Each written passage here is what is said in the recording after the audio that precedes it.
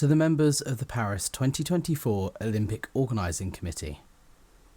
I'm writing this letter not just as a former member of the Church of Scientology, but as a survivor and an activist now dedicated to seeking justice for those who suffered abuse at their hands.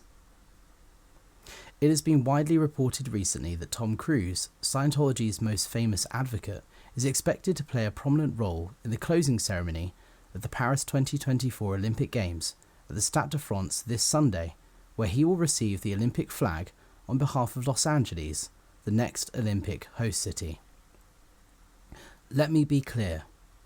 This decision is a profound betrayal of the principles the Olympics are supposed to uphold.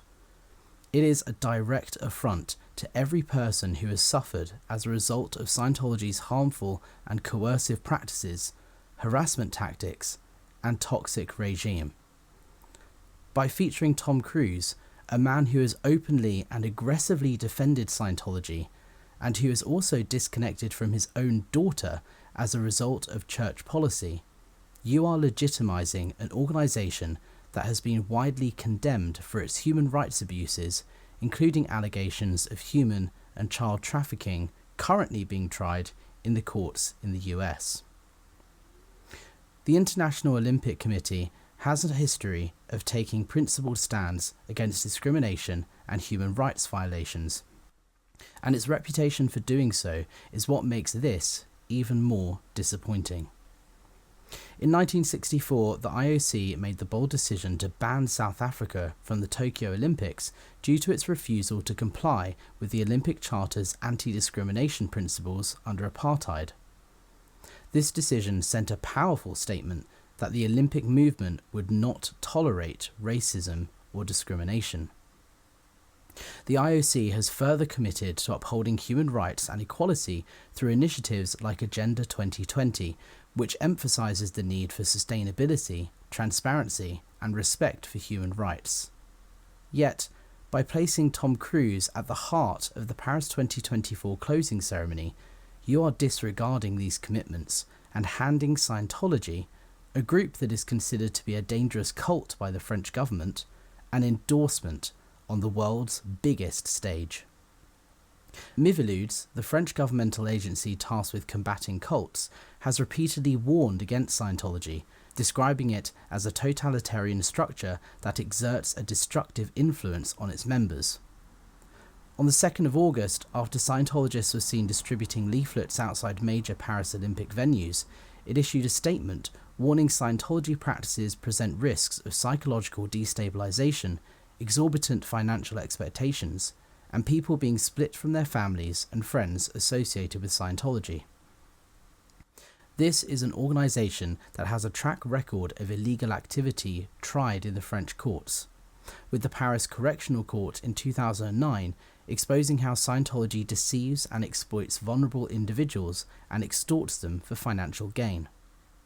In 1997, a former Scientology Lyon executive was convicted of involuntary manslaughter following the suicide of one of its members, and in October 2013, the Court of Cassation fined Scientology and a number of its staff €600,000 for organised fraud, aggravated receiving of stolen goods, extortion, and the illegal practice of pharmacy without a license.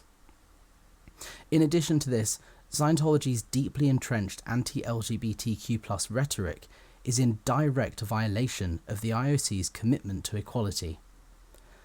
The Olympic Charter clearly states that the Games are meant to be free of discrimination of any kind, including discrimination on grounds of race, religion, politics, gender, or otherwise.